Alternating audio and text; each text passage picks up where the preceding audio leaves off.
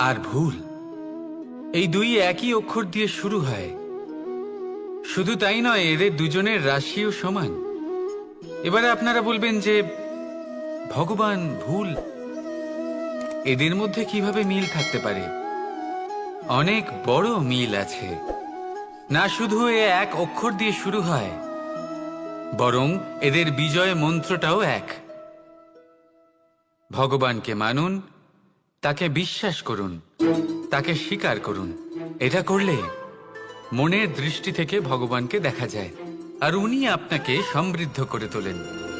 ভুলের সাথেও এটাই ঘটে। নিজের ভুল স্বয়ং মেনে নিলে, স্বীকার করে নিলে, সব কিছুই স্পষ্টভাবে দেখতে পাবেন।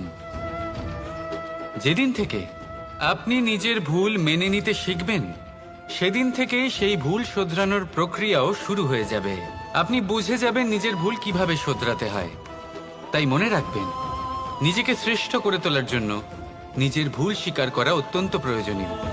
এই জীবনে শান্তি আনার জন্য ঈশ্বরকে মেনে নেওয়াও অত্যন্ত প্রয়োজনীয়। সবসময় নিজের গুণ এবং নিজের দোষ মনে রাখবেন। আজীবন সুখী থাকবেন। রাধা রাধা। সাফল্য কে না চান? সাফল্য লাভ করার, শিখরে পৌঁছানোর আলাদাই একটা আনন্দ রয়েছে। আর আপনজনদেরও কে না চান? প্রত্যেক মানুষ চান যেন জীবনে তার কোনো আপনজন থাকে, যারা সবসময় তাদের সাথে থাকবে। কারণ আপনজনের সাথেই তো সাফল্যের আনন্দ সব থেকে বেশি পাওয়া যায়। কিন্তু আসলে কি হয়, অনেক সময় সাফল্যের খোঁজে সেই পথে চলতে চলতে আমরা আপনদের থেকে দূরে চলে যাই। না চাইতেও দূরে চলে যেতে হয়। ওনাদের সাথে সময় কাটাতে পারি না। আর আমরা ভুলে যাই যে সাফল্যের আসল আনন্দ আপনজনদের সাথেই পাওয়া যায়।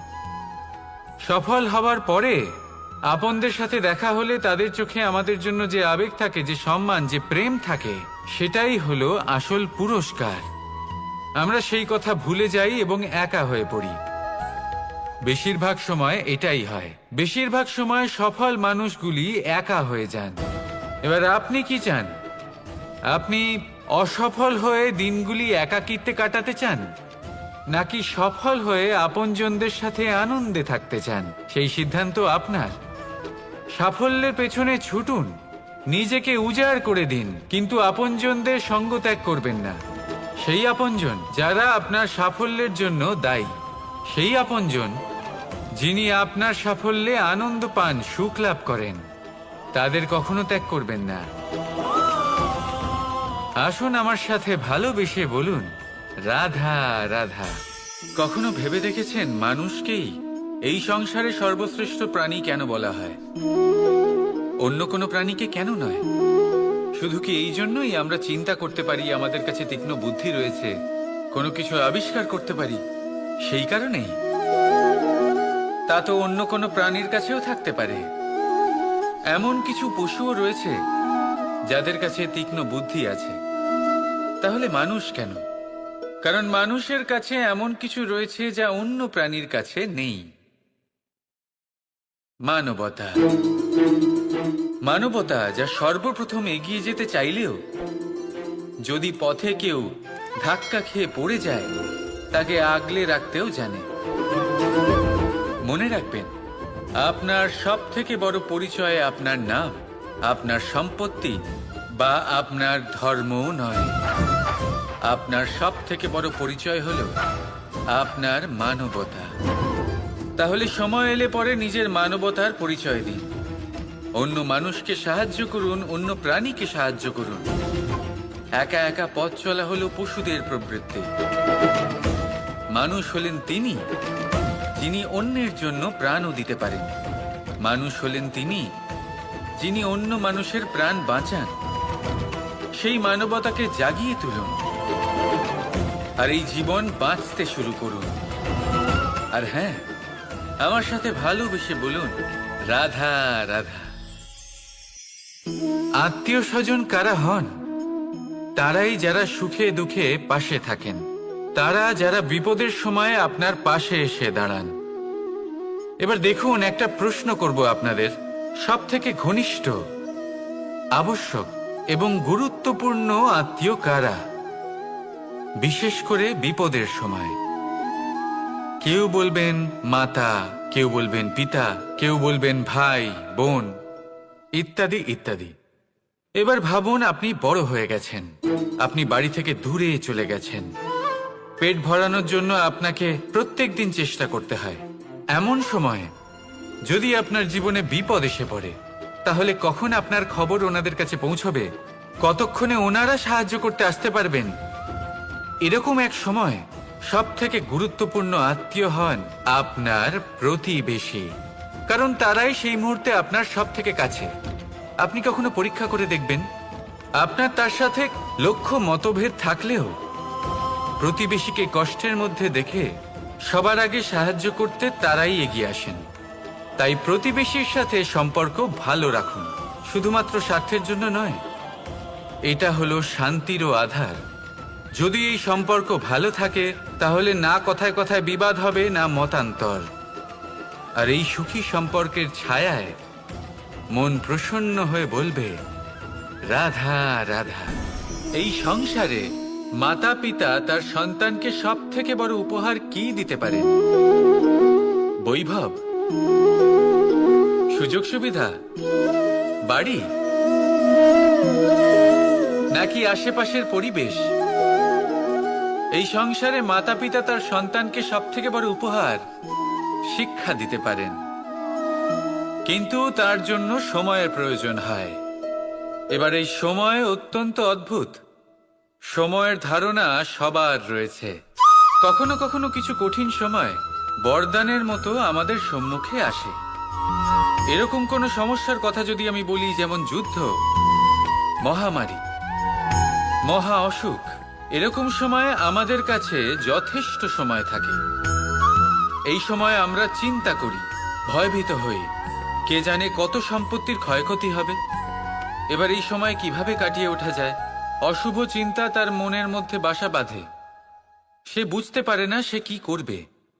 আমি বলবো, চিন্তা ত্যাগ করুন, এই ভয়কে ত্যাগ করুন।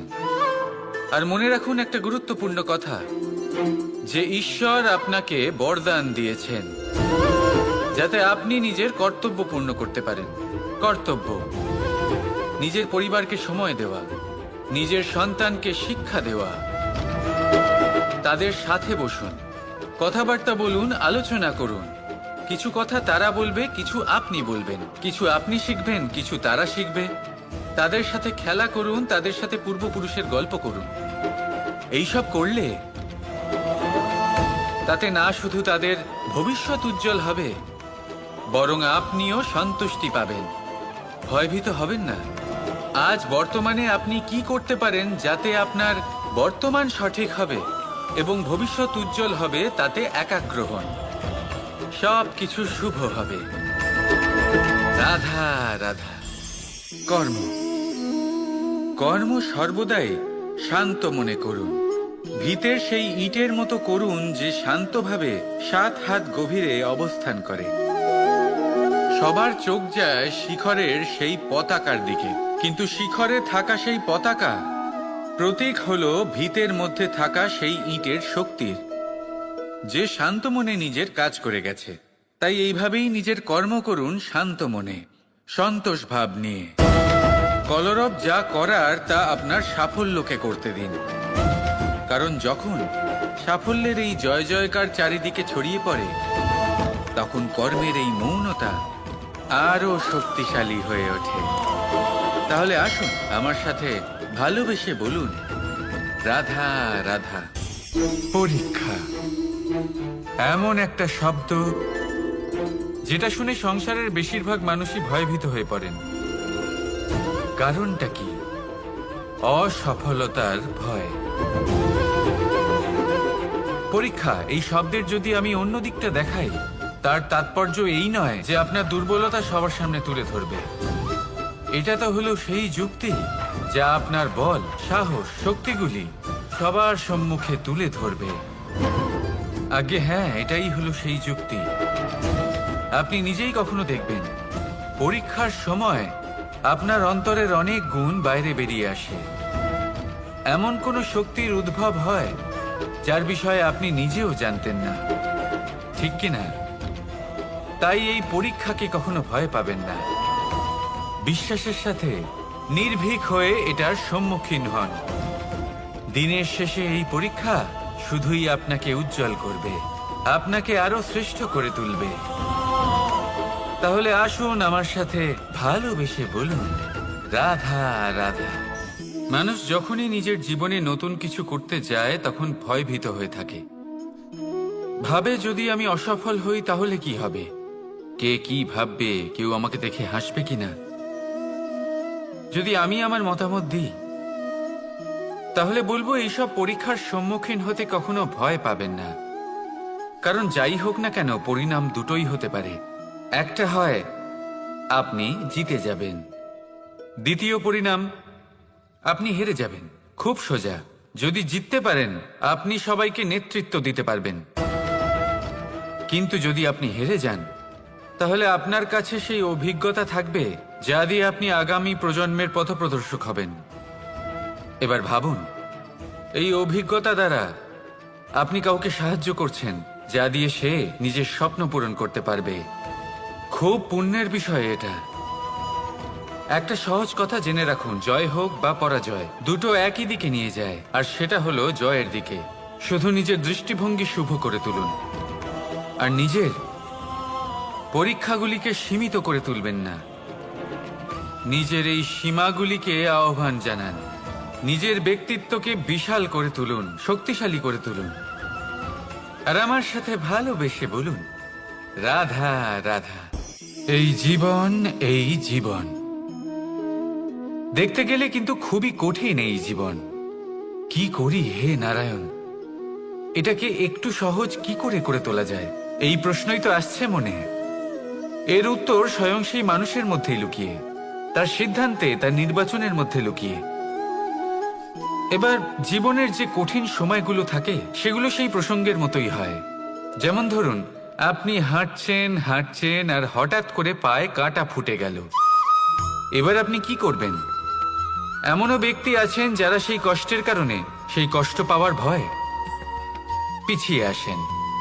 এমনও কিছু ব্যক্তি থাকেন যারা সেই আঘাতে নিরাময় করার জন্য সময় নষ্ট করবেন, কতটা জানি না।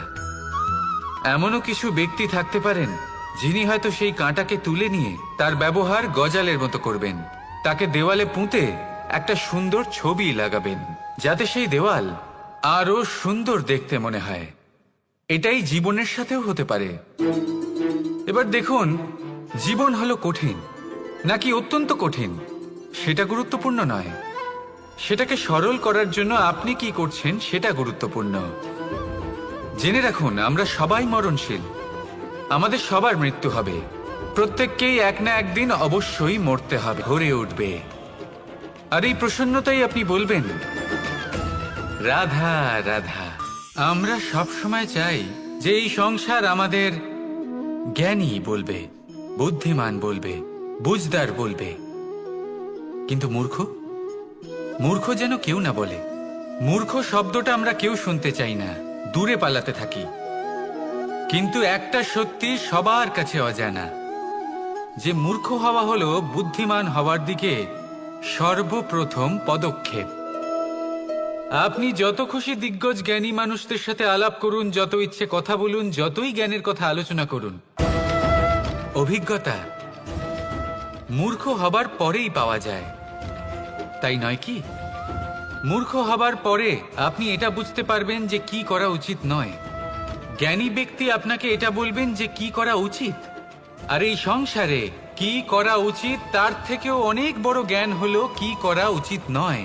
সেই জন্য সব সময় মনে রাখবেন, আপনার করা কিছু ভুল, আপনাকে যদি কেউ মূর্খ বানিয়ে থাকে, ছল চাতুরি করে থাকে, তাহলে কোনো ব্যাপার নয়, এটা শেষ পর্যন্ত আপনাকে আরো বুদ্ধিমান করে তুলবে। এই মুহূর্তে ধন্যাত্মক থাকুন, এই সংসার আপনাকে অবশ্যই জ্ঞানী বলবে। রাধা রাধা। অনেক ব্যক্তির মনে একটা প্রশ্ন জাগে আমাকে আর রাধাকে নিয়ে।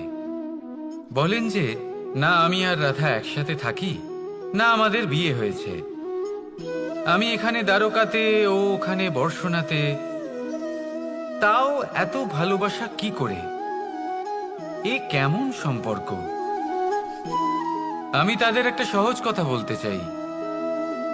আপনি কখনো আয়নার দিকে দেখেছেন? নিজের দুই চোখের দিকে তাকিয়ে জিজ্ঞাসা করুন, এই দুই চোখ একসাথে কেন বন্ধ হয়, একসাথে কেন খোলে, একসাথে কেন ঘুমোয়, একসাথে কেন কাঁদে? আজীবন কোনো এক মানুষের সাথে সম্পর্ক রাখা অবশ্যই সম্ভব, তাদের সাথে দেখা না করে। আমার আর রাধার ভালোবাসাও কিছুটা এরকমই, আর কিছুটা এরকমই হয় ভালোবাসা দুই নয়নের মতো, যারা কখনোই মিলিত হবে না, কিন্তু চিরকালের জন্য একসাথে জুড়ে থাকবে। এই অনুভূতি নিঃস্বার্থ হয়, আর এই নিঃস্বার্থ ভালোবাসা আপনাকে আনন্দের পথে অগ্রসর করে। জীবনে সবসময় নিঃস্বার্থভাবে ভালোবাসুন, শুধুমাত্র আনন্দই পাবেন। তাহলে আসুন আমার সাথে নিঃস্বার্থভাবে ভালোবেসে বলুন, রাধা রাধা। কথায় বলা হয়, জীবনে ভালোবাসাই হলো সুখের মূল। এটা সত্য। এবার প্রশ্ন হলো এটাই যে এই ভালোবাসা কার সাথে করা উচিত। যদি আপনি কিছুক্ষণের জন্য সুখ পেতে চান, তাহলে ভালোবাসুন নিজের রুচি মতো। যদি আপনি কিছুদিনের জন্য সুখ পেতে চান, ভালোবাসুন নিজের বন্ধুদের। যদি আপনি কয়েক মাসের জন্য, কয়েক বছর বা অনেক বছরের জন্য সুখী হতে চান, তাহলে ভালোবাসুন নিজের পরিবারকে, মাতা পিতা, নিজের সন্তান, স্বামী স্ত্রী, নিজের আত্মীয়দের। কিন্তু যদি আপনি চিরকালের জন্য সুখী হতে চান, তাহলে ভালোবাসতে হবে শুধু নিজের কর্মগুলিকে। কারণ সম্পর্ক যেমনই হোক না কেন, কখনো না কখনো ভেঙে যাবেই। এই সংসার হলো এমনই যে যাদের সঙ্গ আমরা পাই, তাদের সঙ্গ একদিন ত্যাগ করতে হয়। শুধু কর্মই হলো এমন এক সঙ্গ যা কখনো আপনাকে ত্যাগ করবে না। আপনার মৃত্যুর পরেও এই কর্ম আপনাকে বাঁচিয়ে রাখবে। তাই সবসময় মনে রাখবেন, এই কর্ম ধর্ম মনে করে পালন করা উচিত। জীবনের শেষ মুহূর্ত পর্যন্ত কর্মকে ভালোবাসুন, জীবনের শেষ মুহূর্ত পর্যন্ত সুখে থাকবেন। আর আমি তো সবসময় বলি, শুধু কর্ম করতে থাকো, ফলের চিন্তা করো না। তাহলে আসুন আর আমার সাথে ভালোবেসে বলুন, রাধা রাধা। বাজ পাখিকে পক্ষীরাজ বলা হয়। বাজের আয়ু হলো মোটামুটি 70 বছর। এবার 40 বছর হতে হতেই ওদের পালক লম্বা এবং ভঙ্গুর হয়ে যেতে থাকে, ঠোঁট বেঁকে যায়, ডানা ভারী হয়ে যায়, অর্থাৎ আগের মতো উড়তে পারে না, সেই শক্তি থাকে না। এবার সেই বাজ কি করবে? বাজ সব থেকে কঠিন নির্বাচন করে, নির্বাচন নিজের পুনর্স্থাপনার। সর্বপ্রথম একটা বিশাল পর্বতে যায়, একান্তে নিজের এক বাসস্থান তৈরি করে, আর তারপরে পাথরের সাথে নিজের ঠোঁট বারবার আঘাত করতে করতে সেই ঠোঁট ভেঙে ফেলে।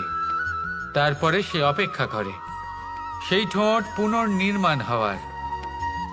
তারপর সেটাই করে নিজের পালকের সাথে।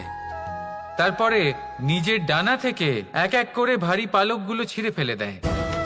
আর তারপর 150 দিনের এই যন্ত্রণা সহ্য করার পরে ও ফিরে পায় নিজের ওড়বার অনন্য ক্ষমতা, সেই শক্তি। আর তারপরে ও জীবনের পরবর্তী 30 বছর বাঁচে। কি বুঝলেন আপনি?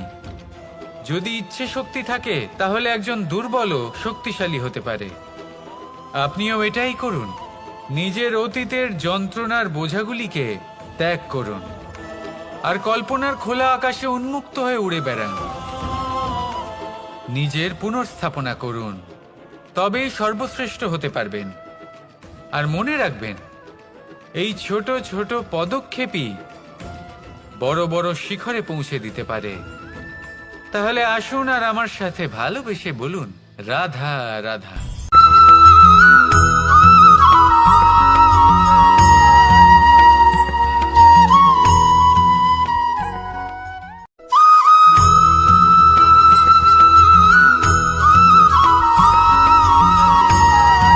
কর্ম এবং ফল। মানুষের স্বভাব হলো এটাই যে তিনি নিজের প্রত্যেক পরিশ্রমের প্রতিফল প্রার্থনা করেন। বেশিরভাগ সময় এই ফলাফলের চিন্তা করতে করতে, কল্পনা করতে করতে উনি কর্ম করতে থাকেন যে আমি এই কাজটা করলে এই ফল পাবো। সেই সব কল্পনা করতে থাকেন যা না তার হাতে আছে, না আছে অধিকার, আর না আছে নিয়ন্ত্রণ। উনি শুধু নিজের কর্ম করতে পারেন। উনি কি ফল পাবেন তা তার হাতে কখনোই নেই। তাই আপনিও শুধুমাত্র কর্ম করতে থাকুন, ফলের চিন্তা করবেন না।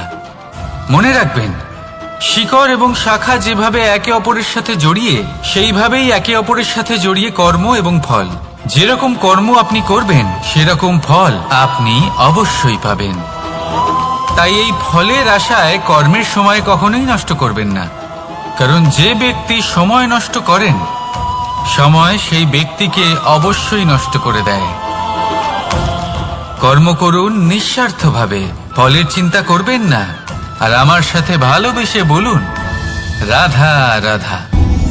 কর্ম এবং ফল দেখতে গেলে এই সমস্ত ব্রহ্মাণ্ড এই দুইয়ের মাঝেই স্থির হয়ে আছে।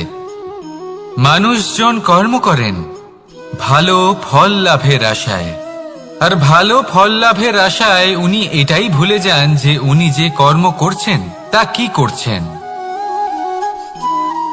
আমি বলেছিলাম কর্ম করুন ফলের চিন্তা না করে, কিন্তু কি কর্ম করছেন সেই বিষয়ে ভাবাটাও অত্যন্ত আবশ্যক।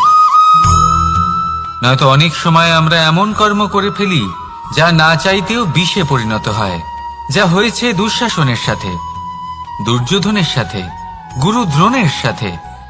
একজনের মানসিকতা উচিত ছিল না, একজনের বিবেক উচিত ছিল না, আরেকজন যে পক্ষ নির্বাচন করেছিলেন সেই পক্ষ উচিত ছিল না।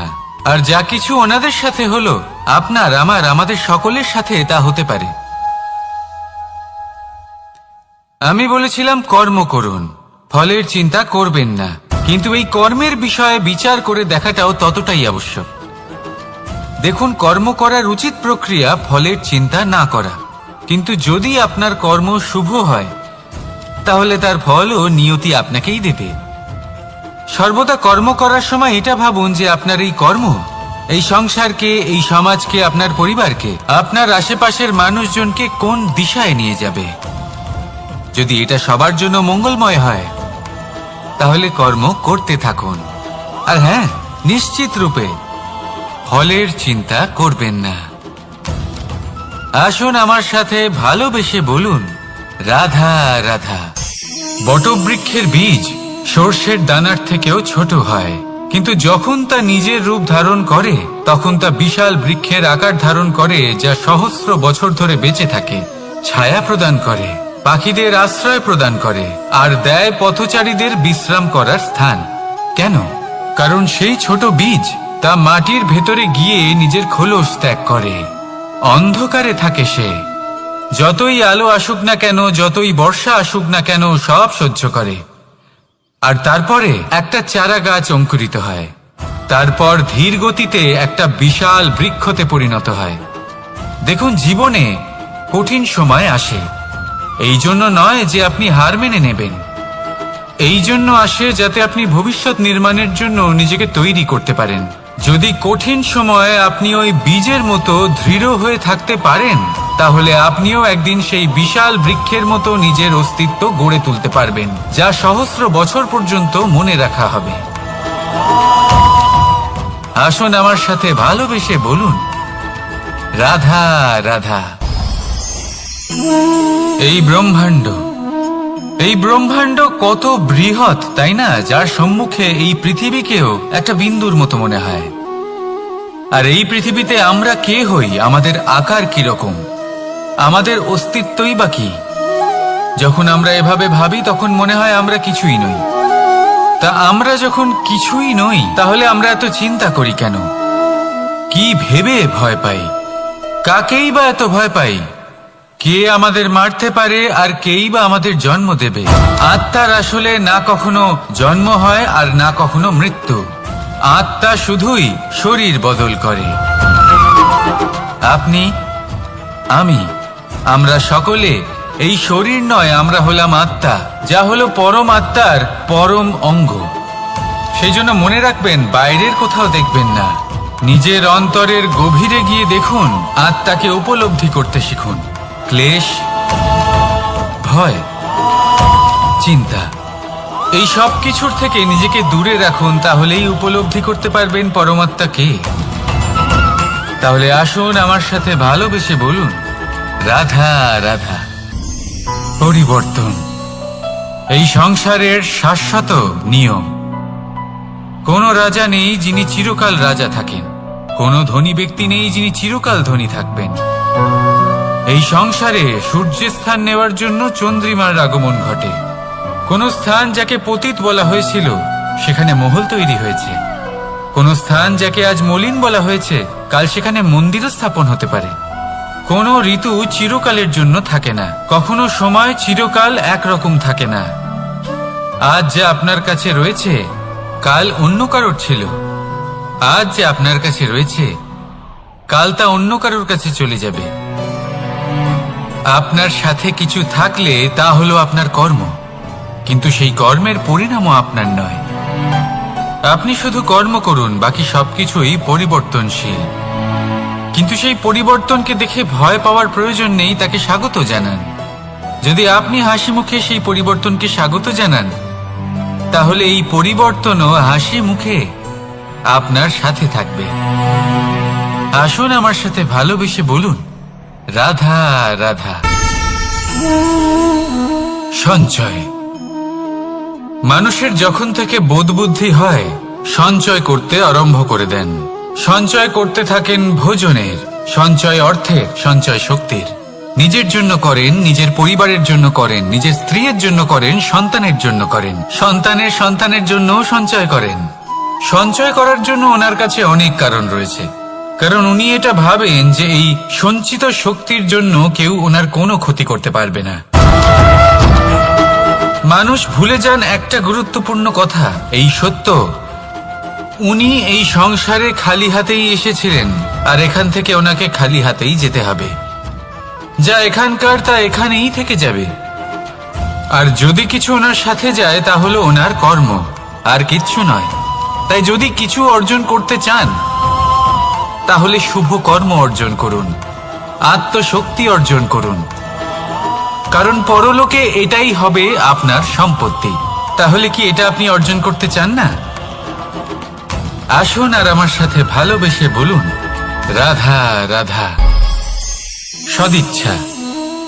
দেখতে গেলে 3 অক্ষরে তৈরি এই শব্দ, কিন্তু সমস্ত ত্রিলোক তার উপরেই আধারিত। আপনি এই সংসারে এসেছেন, তখন অবশ্যই শ্বাস নেবেন, কিন্তু তার বদলে আপনাকে কিছু তো দিতেই হবে। আপনার উপর নির্ভর করছে আপনি কি দেবেন। কি দেবেন এই সংসারকে, এই সমাজকে, নিজের পরিবারকে, আর তার বদলে কি নেবেন? যশ নাকি অপযশ?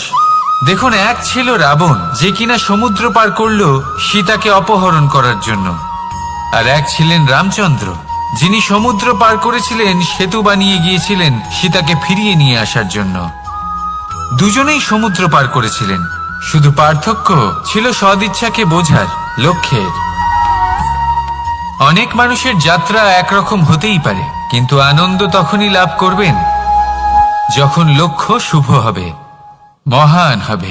এই লক্ষ্য দিয়ে এই সংসারের কল্যাণ হবে এবং মানুষের সম্মান হবে।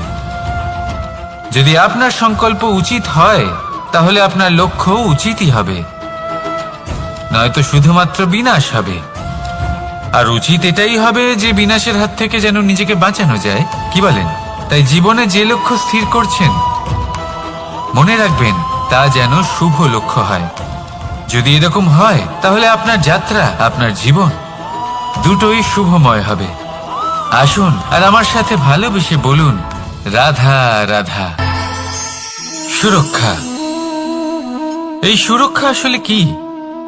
এটা কি কোনো কবচ নাকি কোনো সীমা? এই সুরক্ষা আসলে অন্য কিছু। আমাদের মাতা পিতা, আমাদের প্রিয়জন, আমাদের বন্ধু, এই সমাজ, আমাদের শুভাকাঙ্ক্ষী, আমাদের আত্মীয়, এনারা সবাই আমাদের জীবনে কোনো না কোনো ভাবে সুরক্ষা দিয়ে থাকেন, একটা কবচ দিয়ে থাকেন কোনো না কোনো রূপে। কিন্তু দেখতে গেলে আমাদের পরাক্রমের পথে আমাদের বীরত্বের পথে, আমাদের সাহসের পথে এই সুরক্ষাই সব থেকে বড় বাধা হয়ে দাঁড়ায়। একবার ভেবে দেখুন, যদি আপনি কোনো সুরক্ষাই না পান, বা যদি আপনি এই সুরক্ষা ভেঙে বাইরে আসতে পারেন, তাহলে আপনার বীরত্ব চরম সীমায় পৌঁছে যায়। কেন? কারণ তখন আপনি জানেন যে এই সংসারের সম্মুখীন আমাদের নিজেদেরই হতে হবে। আপনি বুঝে যান যে শত্রুর সম্মুখীন এবার নিজের বলের দ্বারা, নিজের পরাক্রমের দ্বারা, নিজের সাহসের দ্বারা করতে হবে। আর তখন আমাদের মনের মধ্যে এই শক্তি জাগ্রত হয়। এই শক্তি অন্তরেই বসবাস করে। শুধু এটা চিনে নিতে হবে, একে জাগ্রত করতে হবে। আর এটা সুরক্ষা ভেঙে যাওয়ার পরেই সম্ভব হয়। আর যারা নিজের শক্তি সম্পর্কে জানেন, যিনি নিজেই জানেন তিনি কতটা শক্তিশালী, তিনি নিজেই নিজের সুরক্ষা কবচ চিরকালের মতো ভেঙে ফেলে দেন, ঠিক কর্ণের মতো। আর তারপরে দেখুন, আপনার পরাজয় হোক বা বিজয়ী হোক না কেন, সেটাই অনেক বড় হয়, সেটাই প্রশস্ত হয়ে থাকে। সেই জন্য ত্যাগ করুন নিজের ভয়কে, নিজের আশেপাশের এই সুরক্ষা চক্রকে ভেঙে ফেলুন, আর সম্মুখীন হন এই সংসারের নিজের শত্রুর সম্মুখীন হন। পরাক্রমের এই অঙ্কুর, তা অঙ্কুরিত হওয়ার জন্য বীজের উপরের এই কবচ, এটা ভেঙে যাওয়া অতি আবশ্যক। আসুন আমার সাথে ভালোবেসে বলুন, রাধা রাধা। যখন আমরা হাঁটতে থাকি আর আমাদের পায়ে কাঁটা বিঁধে যায়, তখন মুখ দিয়ে আহ বেরিয়ে আসে, কান্না চলে আসে, আর অনেক সময় অভিশাপও বেরিয়ে আসে। কিন্তু আমরা কি কখনো এটা এইভাবে দেখেছি, এইভাবে ভেবেছি যে আমরা যে পথে চলেছি সেই পথে কাঁটা বিঁধেছে, নাকি আমরা সেই পথ নির্বাচন করেছি যাতে শুধুই কাঁটা রয়েছে? নাকি আমরা এভাবে ভেবে দেখেছি যে এই কাঁটা আমাদের কষ্ট দিতে এসেছে, নাকি এটা আমরাই বিছিয়ে রেখেছিলাম? সাবধান থাকা উচিত ছিল, কারণ কাঁটা বিঁধলে যন্ত্রণা হবে, চিৎকার করে ফেলতে পারি, মুখ থেকে অভিশাপও বেরিয়ে আসতে পারে। কিন্তু এই অভিশাপ শুধুমাত্র আমাদের তরফ থেকে অভিশাপ হয়, সামনের ব্যক্তিটির ওপরও নির্ভর করে। এবার সেই ব্যক্তি যদি এমন হয় যে ফুল আর কাঁটা এই দুই সমানভাবে গ্রহণ করতে পারে, তার কাছে অভিশাপও বরদানে পরিণত হয়। শেষ পর্যন্ত ব্যাপারটা দাঁড়ায় ভাবনা, চিন্তা, দৃষ্টিভঙ্গির ওপর। কারণ আপনার এই ভাবনাই সত্যি হয়ে সামনে আসে। সেই জন্য এই ভাবনা, চিন্তা, মানসিকতাকে গুরুত্ব সহকারে দেখবেন। এই বিবেচনা নিয়ে বিবেচনা করতে শিখুন। আমার কথার অর্থ হলো যে জীবনে যখন এরকম কিছু একটা ঘটবে, তখন ভেবে দেখুন যে এরকম কেন হলো। আপনি কি এমন কোনো কর্ম করেছিলেন যার কর্মফল এটা? এমন কোনো কাজ যা অনুচিত ছিল, অসত্য ছিল, যা অভদ্রতার কারণ ছিল? ভেবে দেখা প্রয়োজন। দেখুন, ইচ্ছে হলো আপনার যে আপনি কি করতে চান, ভাবনা আপনার, সত্য আপনার, জীবন আপনার, সিদ্ধান্ত আপনার। আসুন আর আমার সাথে ভালোবেসে বলুন, রাধা রাধা। সময়, এই সময় আসলে কি? এই সময় একটা সরল রেখা তো কখনোই নয়। সময় হলো একটা চক্র, যেখানে এর আদি সেখানেই হলো এর অন্ত, আর যেখানে তা শেষ হয় সেখান থেকেই তার শুরু হয়। এই সময় একটা অত্যন্ত বিচিত্র চিন্তা, বিচিত্র ভাবনা, এ একটা বিচিত্র বস্তু যা কেউ বুঝতে পারেন না। এই সময়ের লীলা, এর কোনো প্রমাণ নেই, কোনো জ্ঞান নেই, কোনো পরিমাপ নেই। শুধু এটুকু আমরা জানতে পারি, যেখানে শেষ হবে সেখান থেকে একটা নতুন সূচনাও হবে। যা আজ আপনার কাছে আছে, কাল অন্য কারোর কাছে যাবে, তারপরে তার কাছ থেকেও অন্য কারোর কাছে যাবে, তারপরে তার থেকেও ছিনিয়ে নেওয়া হবে। এই নিয়তির একজনের কাছ থেকে অন্যজনের কাছে আদান প্রদানের এই সময় হলো আপনার সময়। এই সময়ের সদ্ব্যবহার করুন, এই সময়কে বাঁচুন। আপনাকে শুধু এটাই সুনিশ্চিত করতে হবে যে আপনি কোন পক্ষে আছেন। আর সত্যি বলতে কি, আপনার জীবনের পরিণাম নির্ভর করে আপনার নির্বাচনের ওপর। আপনি কোন পক্ষ নির্বাচন করছেন। তাহলে মনে রাখবেন, জীবনে সেই পক্ষই নির্বাচন করবেন যা চয়ন করার পরে আপনি সুখ অনুভব করবেন, আপনি সন্তোষ লাভ করবেন, প্রসন্নতা লাভ করবেন। আর আমি এটাই সুনিশ্চিত করব যে এই পক্ষ যেন শান্তির পক্ষ হয়, এই পক্ষই যেন প্রেমের পক্ষ হয়। তাহলে চিন্তা করবেন না, আর আসুন আমার সাথে ভালোবেসে বলুন, রাধা রাধা। দৃষ্টি আর দৃষ্টিভঙ্গি, এই সমগ্র লীলা হলো এই দুইয়ের। বিচিত্র হতে পারে, কিন্তু এটাই সত্যি। এবার আপনাকে একটা উদাহরণ দিয়ে বোঝাই। অনেক সময় আপনি কোনো ব্যক্তিকে এটা বলতে শুনবেন যে আমি আমার নিজের উপরে গর্ব করি, আমি নিজেকে নিয়ে গর্ব করি, আমি খুব ভালোভাবে আমার মা বাবার সেবা করি, ওনাদের আমি সবসময় সুখী রাখি, ওনাদের আমি একটা বাড়ি দিয়েছি, সকল সুখ সুবিধা দিয়েছি, ওনাদের জীবনে প্রত্যেক জিনিস দিয়েছি আর দেব যা তাদের প্রয়োজন। এবার আমাকে বলুন যে আপনি কে হন। আপনি হলেন সেই বীজ যা আপনার মাতা পিতা রোপণ করেছেন। আপনার মা বাবাই আপনাকে এই সংসারে জন্ম দিয়েছেন। এবার এইসব কথার কি তাৎপর্য? এই হলো সেই ব্যক্তির দৃষ্টিভঙ্গি। এবার দেখা যাক এই প্রকৃতি আমাদের কি শেখায়। কখনো কোনো গাছকে দেখবেন, যখন সেই গাছে ফল আসে, সে মালিকে এটা বলে না যে দেখো আমি তোমাকে ফল খেতে দিচ্ছি। সেই বৃক্ষ এটা বলে না যে দেখো আমি তোমায় আহার করতে দিচ্ছি, কারণ ও জানে যে এটা হলো সেই মালির পরিশ্রম, এটা হলো তারই কর্মের ফল, আর এটা তারই পাওয়া উচিত। সে বলে যে তোমার জিনিস তোমাকেই অর্পণ করলাম, এ আমার জিনিস নয়। ও জানে সেই মালির গুরুত্ব আসলে কি, এটা হলো তার দৃষ্টিভঙ্গি।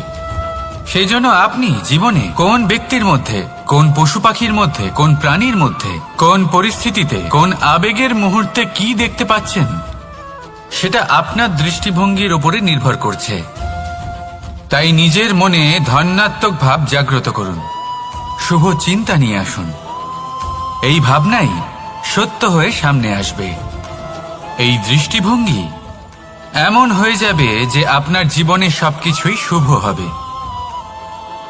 তাহলে আসুন আর আমার সাথে ভালোবেসে বলুন, রাধা রাধা। প্রতিশোধ অথবা কাউকে দুঃখ দেওয়ার ভাবনা, যদি এটা আপনার মনে থাকে, তাহলে আপনি নিজের মনেই যন্ত্রণার একটা বিশাল বৃক্ষ রোপণ করছেন, এটা মনে রাখবেন।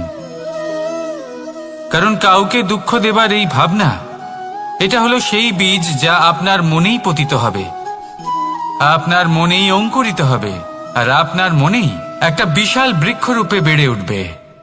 জীবন আপনার, কর্ম আপনার, কাউকে দুঃখ দেবার ভাবনা আপনার ছিল, এই বৃক্ষ হলো আপনার, তাই এর ফলও আপনিই পাবেন, যা গ্রহণও আপনাকেই করতে হবে।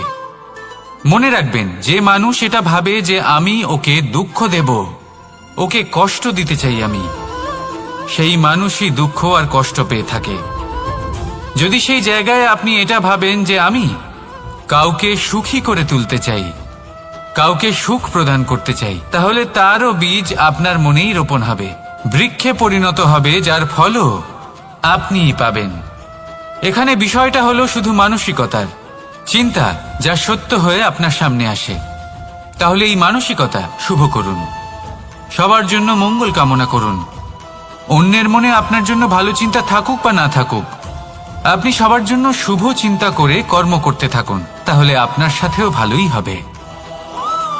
তাহলে আসুন আর আমার সাথে ভালোবেসে বলুন, রাধা রাধা। সুখ আর অভিজ্ঞতা, এই দুই জীবনে একসাথে কখনোই আসে না। মনে রাখবেন, যেখানে সুখ থাকে সেখানে অভিজ্ঞতা থাকে না, আর যখন এই সুখ আমাদের জীবন থেকে দূরে চলে যায়, তখন আমাদের জীবনে আসে এই অভিজ্ঞতা। পরমাত্মা, প্রকৃতি, নিয়তি এই অভিজ্ঞতাকে আমাদের জীবনে পাঠান, যাতে আমরা একটা অত্যন্ত গুরুত্বপূর্ণ শিক্ষা, একটা জ্ঞান প্রাপ্ত করতে পারি। এই অভিজ্ঞতা আমাদের শেখায় যে অতীতে এমন কি হয়েছিল যা আমাদের করা উচিত হয়নি। আমাদের শেখায় ভবিষ্যতে এমন কি আছে যা আমাদের করা উচিত আর কি করা উচিত নয়। দেখতে গেলে এই অভিজ্ঞতা আমাদের সেই শিক্ষা দেয় যার জন্য আমরা সুখের দিকে উচিতভাবে অগ্রসর হতে পারি। সেই জন্য জীবনে যখনই দুঃখ আসবে, দুঃখের এই সময় আসবে, তখন হতাশ হবেন না। বোঝার চেষ্টা করুন এই পরিস্থিতি কেন এসেছে, কি শিক্ষা দিতে এসেছে। যদি আপনি সেই জ্ঞান লাভ করেন, সুখের পথে অগ্রসর হন, তাও উচিত রূপে, তাহলে এই অভিজ্ঞতার উদ্দেশ্য পূরণ হয়ে যায়। তাহলে আসুন আর আমার সাথে ভালোবেসে বলুন, রাধা রাধা। জীবনে শিখরে পৌঁছানোর জন্য মানুষের কি প্রয়োজন হয়ে থাকে? সিঁড়ির। কিন্তু তাও প্রত্যেক মানুষ, প্রত্যেক ব্যক্তি শিখরে পৌঁছতে পারেন না। এর কারণ কি? কারণ একটা হতে পারে যে মানুষ কল্পনা করতে থাকেন কিন্তু সিঁড়ি খুঁজে পান না।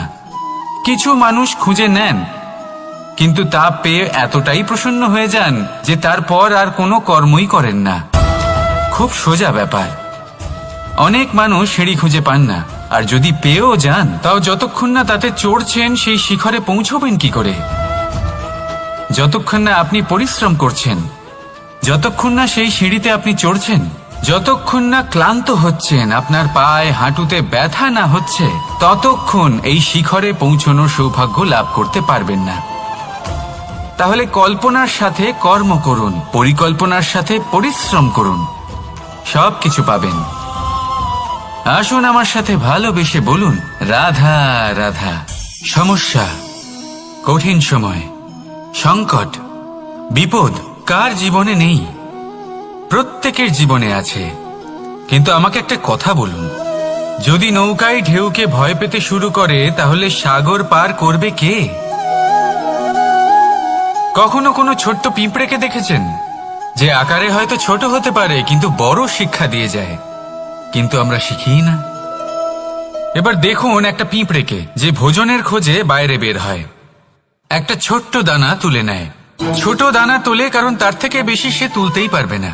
সে দানা নিয়ে চলতে শুরু করে, কোনো দেওয়ালে উঠে পড়ে, আবার পড়েও যায়। সেই দানা দূরে কোথাও একটা পড়ে যায়, তা আবার খোঁজে, তুলে নেয়, আবার চলতে থাকে। পড়ে যায় আবার ওঠে, পড়ে যায় আবার ওঠে। সেই দানাটা রেখে দেয়, আবার বেরিয়ে পড়ে ভোজনের খোঁজে। পরিশ্রম করতে থাকে কিন্তু হার মানে না।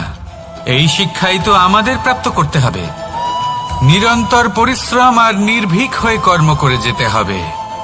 এটাই হলো সাফল্যের মাধ্যম, এটাই হলো জয়ের মন্ত্র, অচ্যুত অজয় অস্ত্র। তাহলে আসুন আর আমার সাথে ভালোবেসে বলুন, রাধা রাধা। আমরা সকলে চাই আমাদের জীবনে সাফল্য আসুক। আমরা চাই যে এই সংসারে আমাদের খ্যাতি ছড়িয়ে পড়ুক। আমরা চাই যেন আমরা আলোচিত হই। কিন্তু শুধু চাইলেই কি যায় আসে? যদি এই সংসারে আলোচিত হতে হয়, তাহলে পরিচিত হতে হবে পরিশ্রমের দ্বারা। যতক্ষণ না আপনারা পরিশ্রমের সাথে পরিচিত হবেন, সাফল্যের সাথে পরিচিত হবেন না। সংঘর্ষ করতে হবে প্রতিদিন, প্রতি বছর। জীবনের সব পরিস্থিতিতেই হয়তো নতুন নতুন বাধা আসবে, নতুন নতুন বিঘ্ন ঘটবে। কিন্তু এটা আবশ্যক নয় যে সমস্ত বিঘ্ন বিনাশের জন্য আসবে। কিছু বিঘ্ন আপনার পথ প্রশস্ত করার জন্য আসবে, আপনার পথ পরিষ্কার করার জন্য আসবে। যদি আপনাকে উদাহরণ দিই, যখন বন্যা আসে, বাড়ি ঘর ভেসে যায়, তখন আমরা হতাশ হয়ে পড়ি, আমরা দুঃখী হয়ে পড়ি। কিন্তু সেই বন্যাই আমাদের সেই ধরিত্রীকে এত উর্বর করে তোলে যে সেই উর্বর অংশ কাজে লাগিয়ে আমরা সেরকম আরো 10টা বাড়ি বানাতে পারি। তাহলে ধন্যাত্মক থাকুন আর যে কোনো সংঘর্ষের জন্য প্রস্তুত থাকুন। জীবনে অনেক দূর যেতে পারবেন। তাহলে আসুন আমার সাথে ভালোবেসে বলুন, রাধা রাধা। জীবনে কখনো কখনো আমরা সেই পরিস্থিতিতে ফেসে যাই যখন আমাদের মনে হয় যে আমাদের নতুন কিছু একটা করতে হবে, কিন্তু আমরা করতে পারি না। কারণ কোথাও না কোথাও আমরা রীতির দ্বারা আবদ্ধ, আর আমরা সেই রীতি ভাঙতে চাই না। কেবল একটাই প্রশ্ন আসে মনে, আশেপাশের মানুষ কি বলবে, আশেপাশের মানুষ কি ভাববে। আপনাকে একটা প্রশ্ন করি, কারা এই মানুষজন? আপনার জন্মের সময় এই মানুষজন কোথায় ছিলেন? যখন আপনি কোনো সমস্যায় পড়েন তখন এই মানুষজন কোথায় থাকেন? এগিয়ে এসে কি আপনাকে সাহায্য করেন, নাকি সেই সমস্যার সমাধান আপনি নিজেই করেন? এইসব মানুষজনের চিন্তা ত্যাগ করুন যদি আপনি জীবনে বাঁচতে চান। ভেবে দেখুন জীবনে কি কি শুভ আছে আর কি কি শুভ করতে পারেন। যদি তা স্রোতের বিপরীতে হয় তাহলে সংঘর্ষ করুন, কিন্তু এইসব মানুষজনের কথা ভাববেন না। ভেবে দেখুন জীবনে আপনি কি কি শুভ কাজ করতে পারেন। এটা ভাবুন যে আপনি কখনো এমন কোনো কাজ করে ফেলেননি তো যার জন্য কারোর হৃদয় আহত হয়েছে। শুভর দিকে নিজের চিন্তা কেন্দ্রীভূত করুন, আপনার জীবনে সবকিছু শুভই হবে। তাহলে আসুন আমার সাথে ভালোবেসে বলুন, রাধা রাধা। আজকাল আপনি দেখে থাকবেন যে মা বাবা শুধুমাত্র সন্তানকে ভালোবাসেন তা নয়, তাদের মোহেও জড়িয়ে পড়েন। বিদ্যালয় যখন পাঠান তখন সমস্ত সুযোগ সুবিধা দিয়েই পাঠান। চেষ্টা করেন যে সবসময় যেন সন্তান তাদের চোখের সামনেই থাকে। কিন্তু ভুলে যান এক অত্যন্ত গুরুত্বপূর্ণ কথা, যে সন্তানকে এক নতুন দৃষ্টিভঙ্গি দেওয়াই হলো ওনাদের কর্তব্য। সেই জন্য পুরাতনকালে শিষ্যদের গুরুকুলে পাঠানো হতো, বাড়ির থেকে দূরে। কারণ বাড়ি ছেড়ে যাওয়া এক সন্তানের জন্য, এক শিষ্যের জন্য অত্যন্ত শুভ লক্ষণ হয়। যখন সে বাড়ির থেকে দূরে, গৃহস্থের থেকে দূরে থাকবে, তখন এই সংসারকে সে এক নতুন দৃষ্টিভঙ্গি দিয়ে দেখবে, পরখ করবে, বুঝতে পারবে, আর সবকিছু নিজে থেকেই শিখে যাবে কখন আক্রমণ করতে হয়, কখন পিছু হটতে হয়, কিভাবে এই সংসারের সম্মুখীন হতে হয়। আর এটা আপনার দৃষ্টি ওকে শেখাতে পারবে না, ওর অভিজ্ঞতা ওকে শেখাতে পারবে। তাই মনে রাখবেন, যদি আপনি চান যে আপনার সন্তানের বিকাশ হোক, তাহলে অনেক সময় ওকে নিজের থেকে দূরে নিয়ে যেতে হয়। যদি মোহে আবদ্ধ থাকেন তাহলে ওর বিকাশ কখনোই হবে না। তাহলে আসুন আমার সাথে ভালোবেসে বলুন, রাধা রাধা। কখনো কখনো মানুষ মনে করেন যে সে নিজেই সব থেকে বেশি শক্তিশালী, তিনি হলেন জ্ঞানী। দেখুন, এটা ভালো ব্যাপার যে আপনার মধ্যে শক্তি আছে, জ্ঞান আছে, আর এটা শুধু আপনার জন্য নয়, এই সমস্ত সমাজের জন্য, দেশের জন্য, সমগ্র পৃথিবীর জন্য অত্যন্ত আবশ্যক। কিন্তু এই কথাটাও বোঝা অত্যন্ত আবশ্যক যে এই জ্ঞান যেন কখনো অহংকার না হয়ে ওঠে। যখন মানুষের মধ্যে জ্ঞান থাকে তখন সে রাম হয়ে ওঠে। রাম, যিনি সমুদ্রের বুকে সেতু বানিয়েছিলেন, বানর সেনার দ্বারা রাক্ষস রাজকে পরাজিত করেছিলেন, আর চিরকালের জন্য সবার কাছে আদর্শ হয়ে উঠেছিলেন। আর যদি মানুষের মনে অহংকার জন্মায় তাহলে সে রাবণ হয়ে ওঠে। দেশে বিদেশে যতই খ্যাতি থাকুক না কেন, সে রাক্ষস হয়ে ওঠে, নিজের সাথে সাথে সমস্ত কুলের বিনাশ করে বসে। এবার জ্ঞান নাকি অহংকার, আপনার কি চাই সেই সিদ্ধান্ত আপনার, আর আপনার এই সিদ্ধান্তই নিশ্চিত করবে যে আপনার কর্ম কি হবে, আর আপনার এই কর্মই নিশ্চিত করে দেবে আপনার প্রারব্ধ কি হবে। তাহলে শুভ কর্ম করুন আর আমার সাথে ভালোবেসে বলুন, রাধা রাধা। কোনো বাগানের কোনো বৃক্ষকে দেখেছেন যেখানে সুগন্ধি ফুল থাকে, রসালো ফল থাকে, তখন মন প্রফুল্ল হয়ে ওঠে, মন থেকে সেই বৃক্ষের প্রতি ভালোবাসা জন্মায়। কিন্তু যিনি বাগানের মালিক, শুধুমাত্র তিনিই জানেন যে কিভাবে এই বৃক্ষকে আগলে রাখতে হয়, কিভাবে তার পরিচর্যা করলে এতে সুন্দর সুগন্ধি ফুল হবে, রসালো ফল হবে। কখনো কখনো প্রয়োজনের থেকে বেশি রোদ পেলে এই বৃক্ষগুলি শুকিয়ে যায়, প্রয়োজনের থেকে কম রোদ পেলেও এই বৃক্ষ কিন্তু শুকিয়ে যায়। প্রয়োজনের থেকে কম জল যদি পায়, এই বৃক্ষ শুকিয়ে যেতে পারে। প্রয়োজনের থেকে অতিরিক্ত জল যদি পায়, তখনও এই বৃক্ষের শিকড়গুলি নষ্ট হয়ে যেতে পারে। এবার এটাই কিন্তু আমাদের সংসারের সাথেও হয়। আমাদের সংসারের সকল প্রতিভাশালী ব্যক্তি, যেমন লেখক, বিচারক, প্রবক্তা, যোদ্ধা, এদের সবার ক্ষেত্রে এই কথাটাই প্রযোজ্য। যদি বেশি প্রশংসা করা হয় তাহলেও এরা হারিয়ে যাবেন। প্রয়োজনের থেকে বেশি যদি নিন্দা করা হয় তখনও তারা নত হয়ে পড়বেন।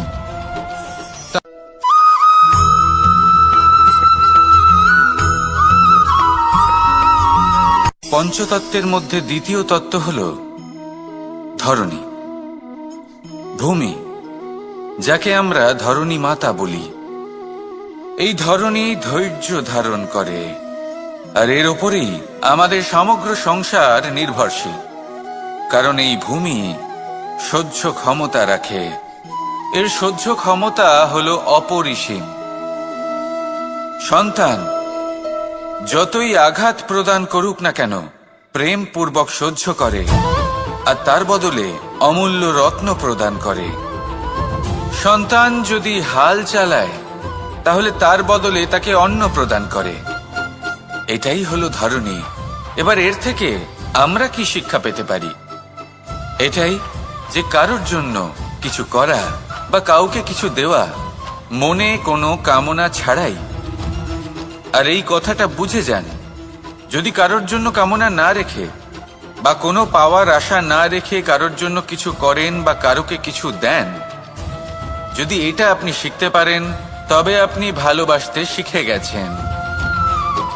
আর সেই জন্যই এই ধরিত্রীকে মাতা বলা হয়। কারণ মাতা শুধু উনি নন যিনি গর্ভে সন্তানকে ধারণ করেন, মাতা তো উনিও যিনি জীবন বাঁচতে শেখান, যিনি জীবন বাঁচার উদাহরণ প্রদান করেন। তাহলে ধরণীর থেকে এই নিঃস্বার্থ ভাব শিখুন, নিঃস্বার্থ ভালোবাসা শিখুন, আর এই ভালোবাসার সাথেই বলুন রাধা রাধা।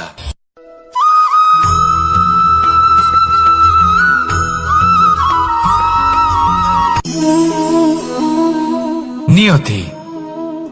রাধা আমাকে বলে, কৃষ্ণ, যদি তুমি জানো যে নিয়তিতে কি আছে, তাহলে তাকে বদলে দাও না কেন? মহাদেব আমাকে বলেন যে শ্রীকৃষ্ণ, যদি আপনি এটা জানেন যে সাম্বের নিয়তি এটাই, তাহলে আপনি তাকে বদলানোর চেষ্টা কেন করেন? কেন? কারণ আমি একজন পিতা, আর পিতার কর্তব্য এটাই, তিনি যেন সম্ভাব্য সব চেষ্টা করেন নিজের সন্তানের মঙ্গলের জন্য। নিয়তি আমি জানি, কিন্তু এটাও আমি জানি যে কর্মের থেকে বড় আর কোনো নিয়তি হতে পারে না। অভিজ্ঞতাও রয়েছে যে কর্মের হাতে নিয়তির এই চক্র বদলে যেতে পারে। তাই জীবনে যদি আপনার কখনো এমন মনে হয় যে এটা তো অসম্ভব, তখনও চেষ্টা করা কখনোই ছাড়বেন না। কে বলতে পারে আপনারই কর্মের কোনো এক বীজ হয়তো নিয়তির চাকায় আটকে গেল, আর নিয়তিকে নিজের পথ পাল্টাতে হলো, ঠিক কি না? সেই জন্য নিয়তিকে ভাগ্য মেনে নিয়ে চুপ করে বসে থাকবেন না। নিজের নিয়তি স্বয়ং নিজের কর্মের দ্বারা নির্ধারিত করুন, কারণ আপনার এই কর্মের ওপরেই আপনার অধিকার রয়েছে। আর এই অধিকারকে নিয়তি অনেক সময় সম্মানও করে। তাহলে আসুন আর আমার সাথে ভালোবেসে বলুন রাধা রাধা।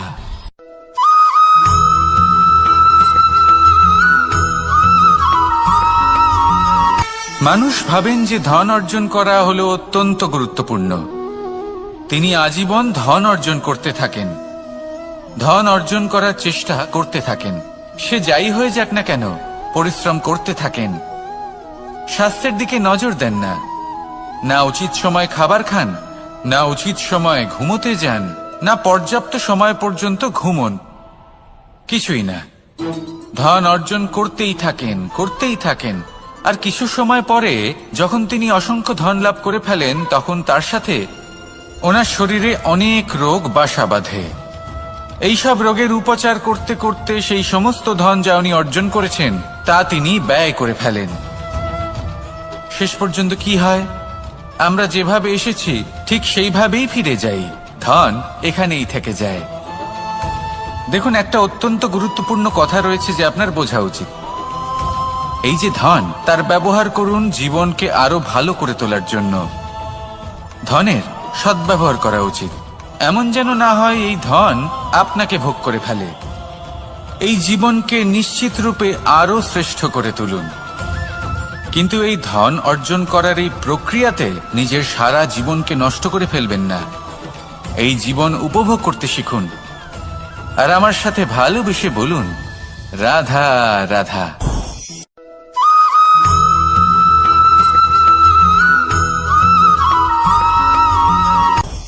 আপনি কখনো পর্বতের শিখরে উঠেছেন? আপনি দেখতে পাবেন পর্বতের পদতলে প্রচুর সুন্দর ফুল রয়েছে, সবুজ বনানী রয়েছে। যত আপনি ওপরে উঠতে থাকবেন তত ফুল কমতে থাকবে, সবুজ বনানী কমতে থাকবে। আরো কিছুটা ওপরে উঠলে কাঁটা জাতীয় গাছ দেখতে পাবেন, শুকনো গাছ দেখতে পাবেন। আরো যদি ওপরে ওঠেন তাহলে পাষাণ দেখতে পাবেন। আরো ওপরে উঠলে হিমখণ্ড দেখতে পাবেন। এই যে পর্বত, তা মনুষ্য জীবনের সবথেকে উত্তম উদাহরণ। মানুষ যখন সাফল্যের শিখরে পৌঁছতে চান, মহানুভবতার শিখরে পৌঁছতে চান, পথে যত আস্তে আস্তে উপরে উঠতে থাকেন ততই ভৌতিক বস্তু তার থেকে বিচ্ছিন্ন হতে থাকে। যদি তিনি সেই ভৌতিক বস্তুগুলি ত্যাগ না করতে পারেন তাহলে কখনোই সেই স্থানে পৌঁছতে পারবেন না। আর মানুষ যদি উচিত ত্যাগ করতে পারেন, পথে অগ্রসর হতে থাকেন, এগোতে থাকেন, তাহলে একদিন না একদিন তিনি মহানুভবতার, জ্ঞানের, সাফল্যের হিমের স্বাদ অবশ্যই লাভ করবেন। মনে রাখবেন, মানব জীবনের ত্যাগ হলো অত্যন্ত গুরুত্বপূর্ণ অংশ। আসুন আমার সাথে ভালোবেসে বলুন, রাধা রাধা।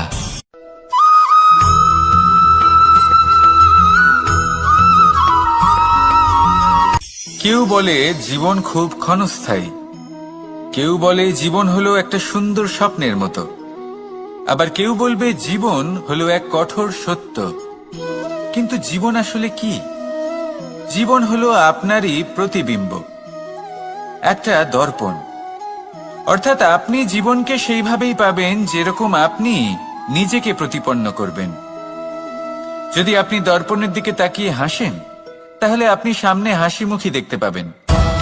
এবার যদি আপনি গম্ভীর হয়ে থাকেন তাহলে আপনি একজন রুষ্ট ব্যক্তি দেখতে পাবেন। শেষে সবথেকে বেশি গুরুত্বপূর্ণ হলো আপনার চেষ্টা।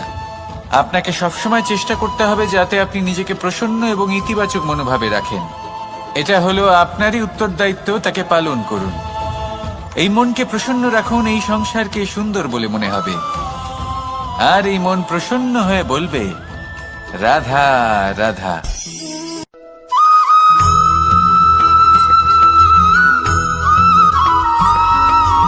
আমাদের শরীর প্রকৃতির সর্বশ্রেষ্ঠ রচনা। যে অঙ্গ প্রত্যঙ্গ আমরা লাভ করেছি প্রত্যেকটির মধ্যে একটি নিজস্ব বার্তা রয়েছে। একটু ভেবে দেখুন, দুটি চোখ দিয়েছে দেখার জন্য, দুটি কান দিয়েছে শোনার জন্য, নাসিকাও আছে দুটি, দুটি হাত দিয়েছে দ্বিগুণ পরিশ্রম করার জন্য। কিন্তু জীব শুধুমাত্র একটি। তার উপরেও তীক্ষ্ণ বলিষ্ঠ দাঁত দিয়েছে তার রক্ষার জন্য। কখনো ভেবে দেখেছেন কেন?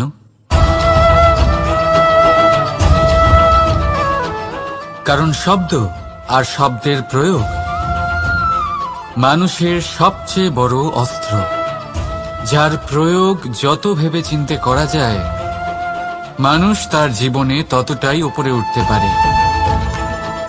তাহলে মনে রাখুন, দেখুন, শুনুন আর বুঝুন বেশি, বলুন কম। রাধা রাধা।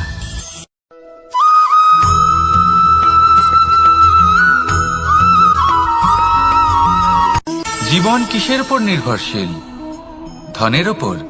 বৈভবের অনুভব যদি আপনি করতে চান তাহলে তা পাবেন শুধু একতার দ্বারা, সংগঠনের দ্বারা। যদি আপনাকে উদাহরণ দিই, নিজের এই হাতটাকে দেখুন, 5টা আঙুল রয়েছে। কোনো একটা বস্তুকে নিজের একটা আঙুল দ্বারা তুলে ধরার চেষ্টা করে দেখুন, বড়ই কষ্ট হবে। তখন আপনি বুঝতে পারবেন যখন এই 5টি আঙুল একত্রিত হয় তখন কোনো কাজ কতটা সহজ হতে পারে। এটাই হলো শক্তি, একতার। সবথেকে ভালো উদাহরণ যদি আপনাকে দিই তাহলে বাঁশি।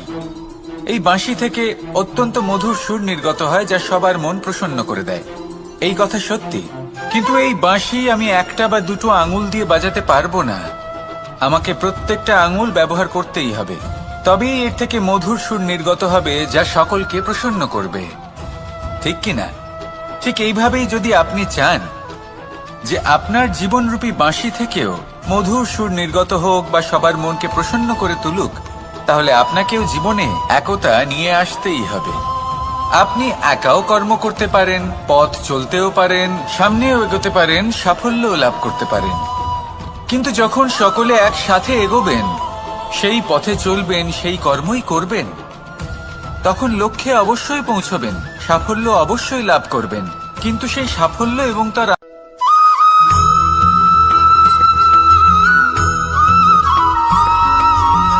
এই সংসারে সব থেকে বেশি কোমল বস্তু হলো রেশম। এই রেশম এতটাই কোমল হয় যে এর পুরো একটা থান শুধুমাত্র একটা হাতে ধরা সম্ভব।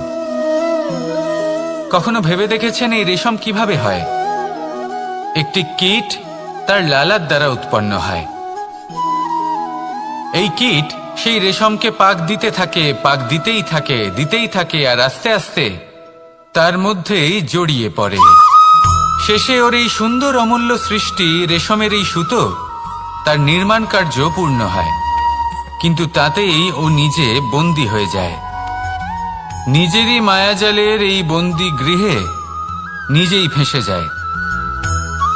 এবার এই সুতোকে ব্যবহারযোগ্য করে তোলার জন্য এই কীটগুলিকে এই কবচের সাথেই ফুটন্ত জলে ফেলে দেওয়া হয়। এই সংসারে যদি আমাদের স্বপ্ন এই সংসারের দুঃখ হরণ করার জন্য, এই সংসারে সুখ বিতরণ করার জন্য হয়, তবেই আমাদের প্রগতি সম্ভব। যদি আমাদের এই স্বপ্ন শুধুই আমাদের এবং আমাদের স্বার্থ সিদ্ধির জন্য হয়, তাহলে এই স্বপ্ন আমাদের অন্ধ করে দেবে, আমাদের অন্ধকারের পথে নিয়ে যাবে, আর আমরাও সেই কীটের মতো হয়ে যাব। নিজেদেরই মায়াজালে আমরা নিজেই ফেঁসে যাব, আর শেষে আমরা যদি কিছু লাভ করি তা হবে একাকিত্ব, অন্ধকারময় মৃত্যু। তাই স্বপ্ন অবশ্যই দেখুন, কিন্তু এমন ভাবে স্বপ্ন দেখবেন না যে তার এই বন্দিগৃহে আপনি নিজেই ফেঁসে গেলেন। স্বপ্ন দেখুন পরোপকারে।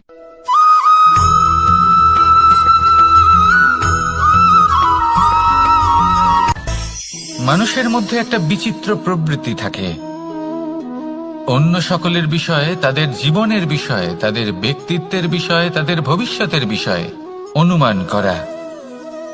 এটা হলো অনুচিত। কারোর অতীতকালকে দেখে লোকে ভবিষ্যৎ বলে দিতে পারেন, বর্তমানকে দেখে ভবিষ্যতের বিষয়ে অনুমান করে ফেলেন। উদাহরণ দিতে হলে বলবো, কোনো দাসকে দেখুন, ওকে দেখে লোকে বলে যে ওর ভবিষ্যৎ সেটাই হতে পারে, অনুমান করে ফেলেন। আর এই রাজাকে দেখুন, উনি তো কত সুখী হবেন, উনি তো জগতের সব থেকে অধিক সুখী মানুষ, কত সুখ সুবিধা আছে ওনার কাছে, ধারণা করে ফেলেন। তবে সত্য তো এটাই যে কারোর ব্যক্তিত্বের বিষয়ে, তাদের ভবিষ্যতের বিষয়ে আপনি পূর্ণ সত্য কখনোই বলতে পারবেন না, শুধু অনুমান করতে পারবেন। আর এই অনুমান করে সত্যি কোনো লাভ হয় না, কারণ এই কাল সেটা হলো অত্যন্ত শক্তিশালী। কালো থেকে কালোতর কয়লাকেও হিরেতে পরিণত করতে পারে, অনেক বড় বড় রাজাকেও বিদূষক বানিয়ে ফেলতে পারে এক মুহূর্তেই।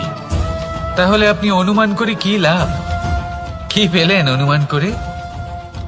সেই জন্য কারোর বিষয়ে কোনো অনুমান করবেন না, তার ভবিষ্যতের বিষয়ে অনুমান করতে যাবেন না, কারোর বিষয়ে কোনো ধারণা করে নেবেন না। কিছু করতে হলে ভালোবাসুন, সবার মধ্যে ভালোবাসা ছড়ান, সবার মধ্যে ধন্যাত্মক ভাব ছড়ান। এই মন প্রসন্ন হয়ে বলবে, রাধা রাধা।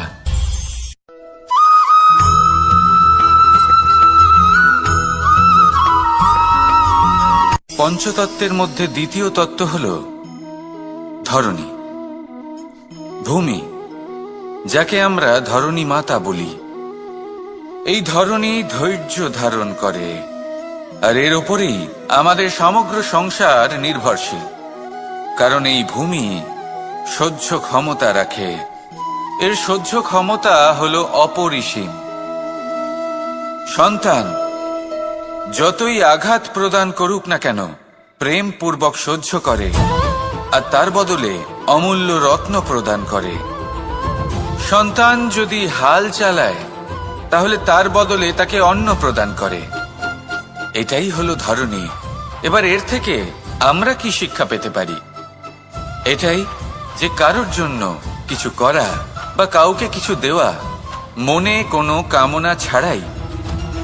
আর এই কথাটা বুঝে যান, যদি কারোর জন্য কামনা না রেখে বা কোনো পাওয়ার আশা না রেখে কারোর জন্য কিছু করেন বা কারোকে কিছু দেন, যদি এটা আপনি শিখতে পারেন, তবে আপনি ভালোবাসতে শিখে গেছেন। আর সেই জন্যই এই ধরিত্রীকে মাতা বলা হয়। কারণ মাতা শুধু উনি নন যিনি গর্ভে সন্তানকে ধারণ করেন, মাতা তো উনিও যিনি জীবন বাঁচতে শেখান, যিনি জীবন বাঁচার উদাহরণ প্রদান করেন।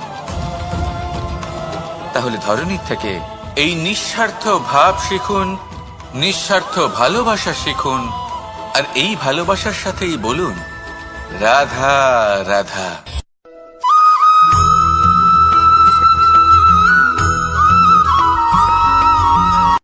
সংসারে আমাদের জীবনে যখন কোনো সুখ বা দুঃখ আসে, তার জন্য আমরা কাউকে না কাউকে অবশ্যই দায়ী করে থাকি, তাই না? এই ব্যক্তি আমাদের সাথে এরকম কাজ করেছেন, তাই আমার সাথে এমন হলো। ওই ব্যক্তি যদি এমনটা না করতেন, তাহলে আজ আমি ওই স্থানে পৌঁছতে পারতাম। সবই আপনার দৃষ্টিভঙ্গির ওপর নির্ভরশীল। আর যদি আপনার দৃষ্টিভঙ্গি এমন হয়, তাহলে তা অনুচিত। সত্যি কথা বলতে এই সংসারে ভিন্ন ভিন্ন ধরনের মানুষ আছে। এটা আপনার ওপর নির্ভর করছে কিভাবে তাদের স্বাগত জানাবেন। একবার ভাবুন, আমি আমার দুটো হাত সামনে নিয়ে এলাম, দুটো মুঠো খুলে দিলাম। দুই প্রকারের মানুষ আসবেন, কিছু না কিছু দিয়ে যাবেন। এই মুঠো যদি আমি বন্ধ করে দিই, তাহলে না কেউ আমাকে কিছু দিতে পারবে, না আমার কিছু যাবে আসবে। নিশ্চয়ই বুঝতে পারছেন এই দুই ধরনের ব্যক্তি কারা এবং তারা কি দিয়ে যান। আমি যদি নিজের মুঠো খুলে দিই, তাহলে কিছু ভালো মানুষ আসবেন, আমাকে আনন্দ, সন্তুষ্টি, জ্ঞান প্রদান করে যাবেন, ভালো অভিজ্ঞতা দিয়ে যাবেন। কোনো খারাপ ব্যক্তি যদি আসেন, তাহলে তিনিও খারাপ অভিজ্ঞতা দেবেন, যার থেকে আমি শিক্ষা লাভ করব। এই সব কিছু আমি লাভ করতে পারি। মুঠো যদি বন্ধ করে রাখি, তাহলে আমি কিছুই পাবো না। দেখুন, এই সংসারে প্রত্যেকের জীবনে এইরকম। প্রত্যেকের জীবনে সবকিছুই আছে, ভালো খারাপ দুই মানুষই আছে। ভালো অভিজ্ঞতা আছে, খারাপ অভিজ্ঞতা আছে। নির্ভর করছে আপনার উপর যে আপনি কি করবেন, এনাদের স্বাগত কিভাবে জানাবেন, কার থেকে কি বুঝবেন, কি শিখতে পারবেন, আর কোন দৃষ্টিভঙ্গি নিয়ে অগ্রসর হবেন। এটাই নির্ধারণ করবে যে আপনার জীবন কেমন হবে। আসুন আমার সাথে ভালোবেসে বলুন রাধা রাধা।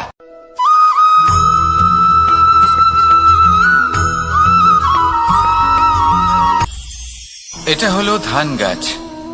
এর থেকে যে চাল উৎপন্ন হয় তা মানুষ গ্রহণ করেন। আর এটা কি? এ হলো জংলি ঘাস।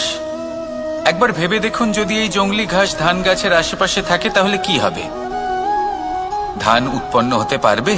তা উৎকৃষ্ট হতে পারবে? আমরা কি তা গ্রহণ করতে পারবো? কখনোই নয়। এই জংলি ঘাস ধানকে নষ্ট করে দেবে, কিন্তু নিজে জীবিত থাকবে। এটাই হলো আজকের শিক্ষা। এই সংসারে যদি আপনি নীতির পথে চলতে চান, উচিত কর্ম করতে চান, সংসারকে সেবা করতে চান, তাহলে জংলি ঘাসের মতো ব্যক্তিদের থেকে সবসময় দূরে থাকতে হবে। সেই ব্যক্তি যারা দুর্নীতি এবং মিথ্যা দ্বারা পরিপূর্ণ, যাদের ব্যবহার অশুভ, যাদের অনেক অশুভ গুণ রয়েছে, তারা সঠিক নয়। সেই সকল ব্যক্তি যাদের চরিত্র অত্যন্ত দুষ্ট হয়, তারা হয় শুভ চরিত্রের ব্যক্তিকে একদম নষ্ট করে দেয়, নয় নিজের মতো বানিয়ে তোলে। তাই যদি আপনি নীতির পথে চলতে চান, এই সংসারের জন্য শুভ কর্ম করতে চান, তাহলে সেই সঙ্গ লাভ করুন যে সঙ্গ জ্ঞানে পরিপূর্ণ, যাদের মধ্যে অনেক গুণ আছে, যাদের থেকে প্রতিদিন কিছু শিখতে পারবেন। এমন ব্যক্তির সাথে জীবন অতিবাহিত করুন। দুরাচারীদের থেকে দূরে থাকুন। তবেই এই মন প্রসন্ন হয়ে বলবে রাধা রাধা।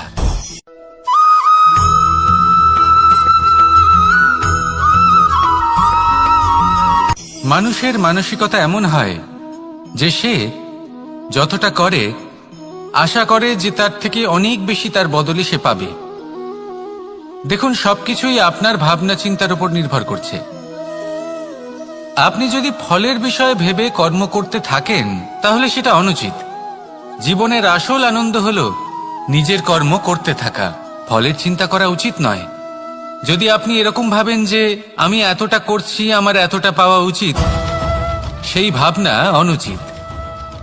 যদি আপনি সেবার মানসিকতা নিয়ে কর্ম করতে থাকেন, কর্মচক্রে প্রবাহিত হন, যদি আপনি এমন ভাবনা রাখেন যে আমি এতটা পাচ্ছি তাই এর থেকে অনেক বেশি আমি কর্ম করব, তাহলে নিশ্চিতরূপে আপনি যতটা করছেন তার থেকে অনেক বেশি আপনি পাবেন, আপনার আশার থেকে অনেক বেশি আপনি পাবেন। শুধু জীবনে অনেক বেশি কাজ করতে থাকুন, ফলের চিন্তা করবেন না। আর মনে রাখবেন, এই ভাবনাই সব থেকে বড় বীজ।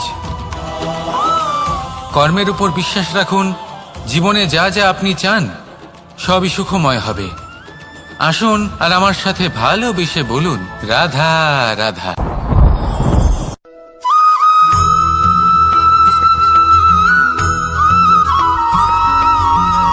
আপনি কখনো কোনো বাজকে নিজের বাসা বানাতে দেখেছেন?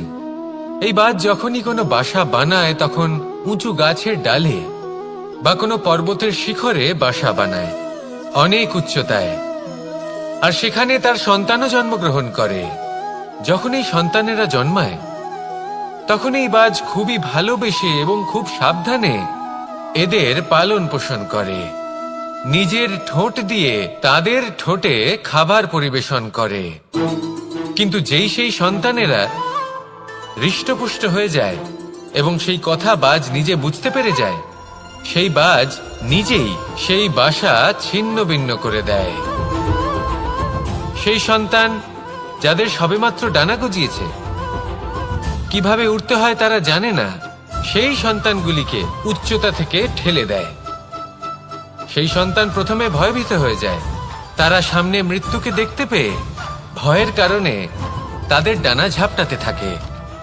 আর সেই প্রক্রিয়াতেই সেই সন্তানগুলি উড়তে শুরু করে দেয়। এবার এই ঘটনায় আমরা কি শিক্ষা পেতে পারি? এটাই, যদি আপনি মাতা পিতা হন তাহলে নিজের সন্তানকে অবশ্যই স্নেহ করুন, কিন্তু তাদেরকে নিজের আঁচলের তলায় বেঁধে রাখবেন না। যদি আপনি চান আপনার সন্তান জীবনে উন্নতি করুক, তাহলে নিজের মুঠো থেকে তাদের স্বতন্ত্র করে দিন, এই সংসারে সংঘর্ষ করতে দিন। সেই সন্তান নিজেই বুঝতে পারবে যে জন্মের সময় পাওয়া ডানা কি করে ব্যবহার করতে হয়। আর আপনার চোখের সামনে আপনার সন্তান এই আকাশে উড়তে থাকবে। তাহলে আসুন আমার সাথে ভালোবেসে বলুন, রাধা রাধা।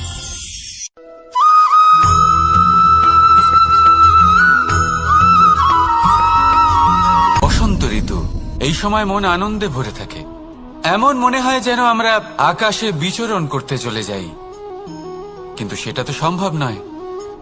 সেই জন্য হয়তো আমরা ঘুড়ি ওড়াই, এই ঘুড়িকে নিজেদের প্রতিরূপ মনে করে।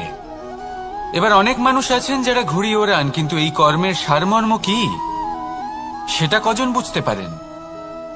আপনি এটা মনে করুন যে আপনি হলেন সেই ঘুড়ি, আর এই সুতো যিনি ধরে রয়েছেন তিনি হলেন পরমাত্মা। আর এই সুতো যেখান থেকে শুরু হয় সেই লাটাই হলো আমাদের কর্মচক্র। এবার আপনি নিজেই অনুমান করুন যে এই উড়ান কার ওপর নির্ভরশীল? পরমাত্মার ওপর আর আপনার কর্মের ওপর। যদি পরমাত্মা আপনার হাত ধরে থাকেন, আপনার সাথে থাকেন, যদি আপনি শুভ কর্ম করতে থাকেন, আপনি এই আকাশে উড়তে থাকবেন। কিন্তু কোথাও কোথাও যদি পরমাত্মার সাথে এই বন্ধন ছিন্ন হয়, আপনার কর্মচক্র খারাপ হয়ে যায় বা থেমে যায়, তাহলে আপনার এই ঘুড়ি কেটে যাবে আর দূরে কোনো গাছের ডালে গিয়ে আটকে যাবে। তাই শুধুমাত্র ঘুড়ি ওড়াবেন না, তার থেকে শিখুন, পরমাত্মার সাহচর্যে থাকুন, সবসময় শুভ কর্ম করতে থাকুন আর সবসময় এই আকাশে উড়তে থাকুন। আসুন আর আমার সাথে ভালোবেসে বলুন, রাধা রাধা।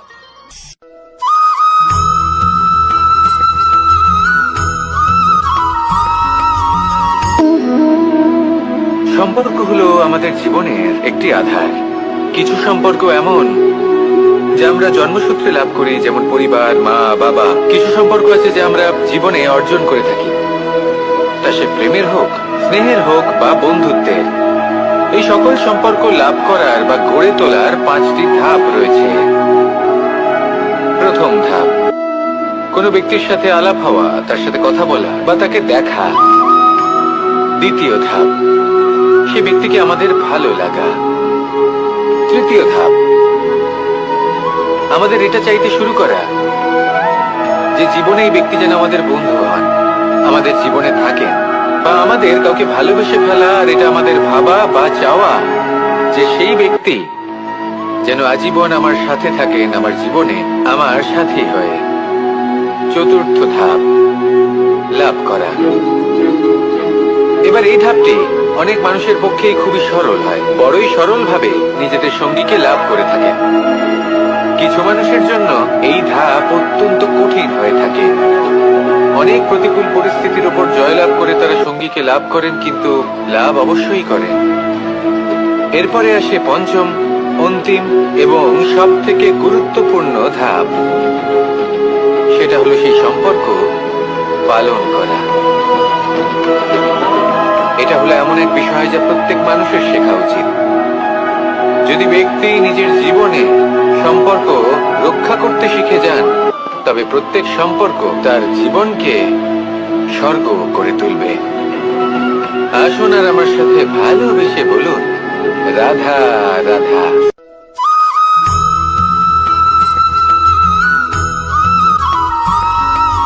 জীবনে যখন কোনো ব্যক্তি নিজের লক্ষ্য প্রাপ্তির জন্য নিরন্তর পরিশ্রম করতে থাকেন, চেষ্টা করতে থাকেন, তখন তিনি কষ্ট অনুভব করেন। কখনো শারীরিক কষ্ট, কখনো মানসিক কষ্ট। এবার উনি এটা ভাবতে থাকেন যে আমি কি উচিত করছি নাকি অনুচিত করছি। কারণ অন্যদিকে এমন একজন ব্যক্তিও আছেন যিনি একদমই পরিশ্রম, চেষ্টা করছেন না। তিনি মদিরা পান করেন, বিলাসিতায় জীবন কাটান, অলস প্রকৃতির হয়ে ওঠেন, নিদ্রাতে বিলীন হয়ে থাকেন আর ভাবেন যে তিনি সুখ লাভ করছেন। কিন্তু এরকম কেন হয়? কারণ যখন আমরা সৎ পথে থাকি, উচিত পথে চলি, লক্ষ্য প্রাপ্ত করার জন্য চেষ্টা করতে থাকি, তখন আমাদের ভেতরে থাকা নেতিবাচক শক্তি এবং পাপ এই দেহকে ত্যাগ করে দেয়। আর এই অনুভূতিটাই আমাদের দুঃখের অনুভূতি দেয়, কষ্ট দেয়।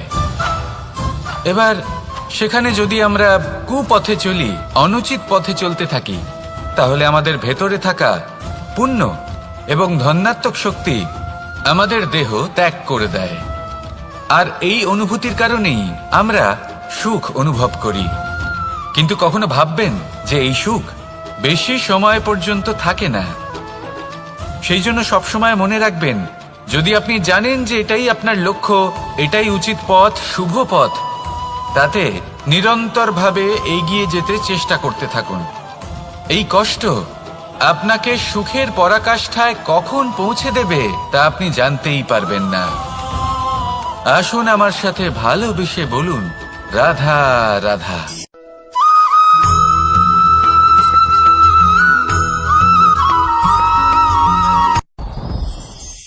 সাথী।